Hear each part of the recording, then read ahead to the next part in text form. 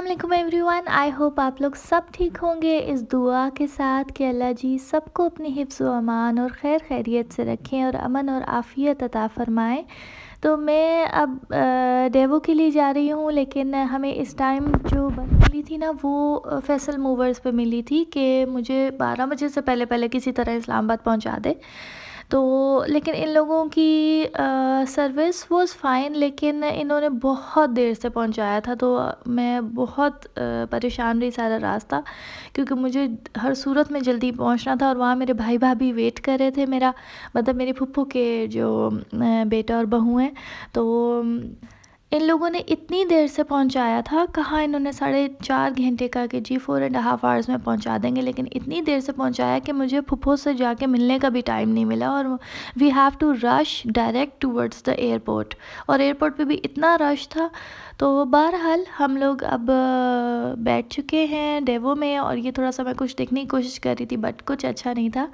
तो जब भी आप किसी चीज़ के बारे में या किसी शख्स को या किसी इवेंट के बारे में ये सोच रहे होते हैं ना कि इस ये होगा तो मुझे सुकून मिलेगा या मुझे खुशी मिलेगी, तो एक तरह से हम उसको फॉल्स गॉड बना लेते हैं।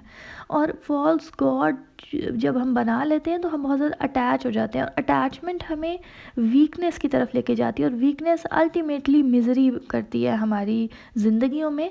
तो अल्लाह का ये बहुत एहसान है, अल्लाह जी का, कि उसने उस दिन मुझे समझा दिया कि whatever is holding you dear is actually holding you back.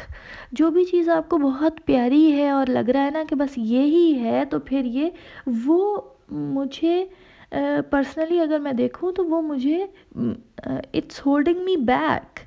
it's not so therefore when you let go all the attachments and submit completely to Allah's will। वो जो कहते हैं ना कि वो एक सजदा जो तुझे देता है हज़ारों सजदों से निजात, वो क्या बात है? वो ये बात है कि अगर आप जब आप उसकी ग़ुलामी कबूल कर लेते हैं ना, उसके आगे सर तस्लीम ख़म कर लेते हैं कि उसकी मर्ज़ी है, मेरी कोई मर्ज़ी नहीं है, तो ये स्लेवरी, ये ग़ुलामी असल में आपको लिबरेशन बख्शती है, असल में आज़ादी बख्शती है।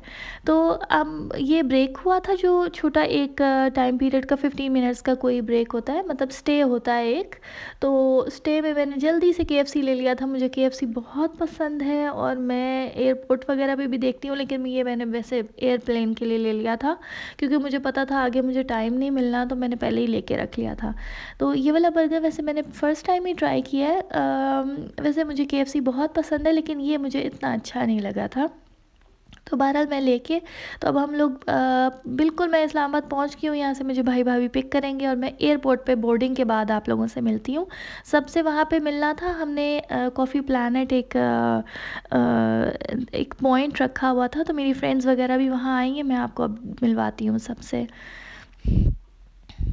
तो यहाँ अब हम इस्लामाबाद इंटरनेशनल एयरपोर्ट पे हैं और बोर्डिंग वगैरह सब कुछ हो गई, सारा कुछ। बहुत मुश्किल से पहुँचे थे, बहुत रश था, बहुत लंबी लाइंस थी, और ट्रैफिक तो इतनी दूर तक जैम थी कि मतलब गाड़ी में से बाहर निकल के भाग भाग के फिर एयरपोर्ट तक पहुँचना पड़ा।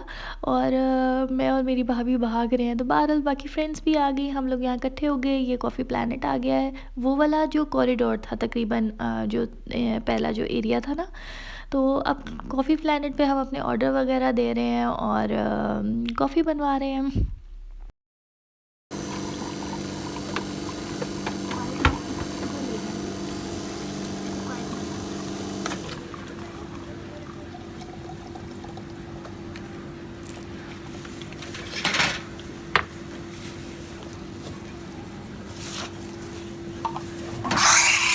इसको बना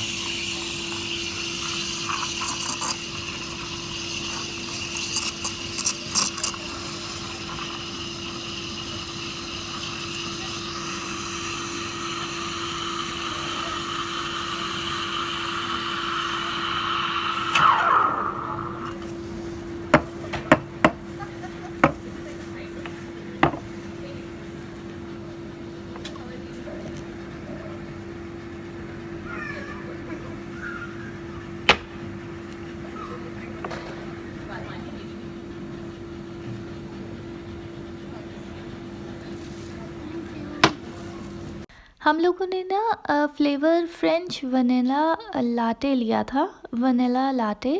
और मैं तो बिल्कुल भी कड़वी कॉफ़ी नहीं पी सकती, बिल्कुल भी नहीं। तो बहुत ही मुझे माइल्ड चाहिए थी और कुछ गर्म और कुछ सूदिंग चाहिए था, क्योंकि सफ़र की बहुत थकावट थी और अभी आगे और बहुत सफ़र करना था।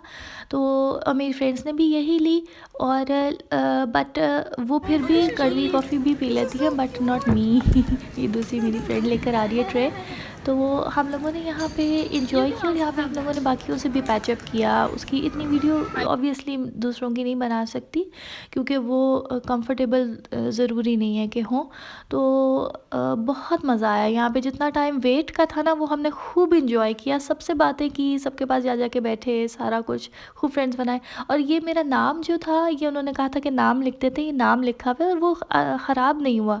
अब हम लोग अपने गेट की तरफ जा रहे हैं। हमारा गेट नंबर जो है वो थोड़ी सी अनाउंसमेंट हो गई थी, तो हम लोग अब वहाँ इकट्ठे होने लगे हैं, क्योंकि वहाँ से हमारी सीधी इंशाल्लाह ताला फ़्लाइट है। और हमारा था जो गेट था वो नीचे था, मतलब हमने एलिवेटर के थ्रू नीचे जाना था। फिर अब हम सब वहाँ जा रहे हैं। तो ये हम लोग टनल में जा चुके हैं, जिसके अंदर से अब हम लोगों ने जहाज़ में बैठना है इंशाल्लाह टू कुवैत। और अब मैं आपको इंशाल्लाह सारा कुछ बताऊंगी कुवैत एयरवेज़ की कैसी इनकी सर्विस थी और कैसा रहा। बहुत खूबसूरत रहा था सफ़र, नो डाउट।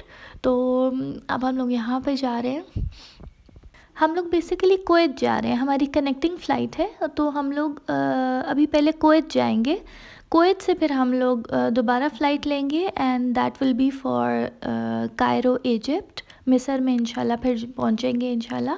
बट अभी हम लोग कुवैत जा रहे हैं। कुवैत में हमारा थोड़ी देर स्टे है और फिर उसके बाद जो है वो इंशाल्लाह कायरो के लिए दोबारा फ़्लाइट लेंगे। ये जहाज़ के अंदर का व्यू है। इनका स्टार्टअप भी बहुत अच्छा था, दुआ वगैरह इन्होंने लगाई।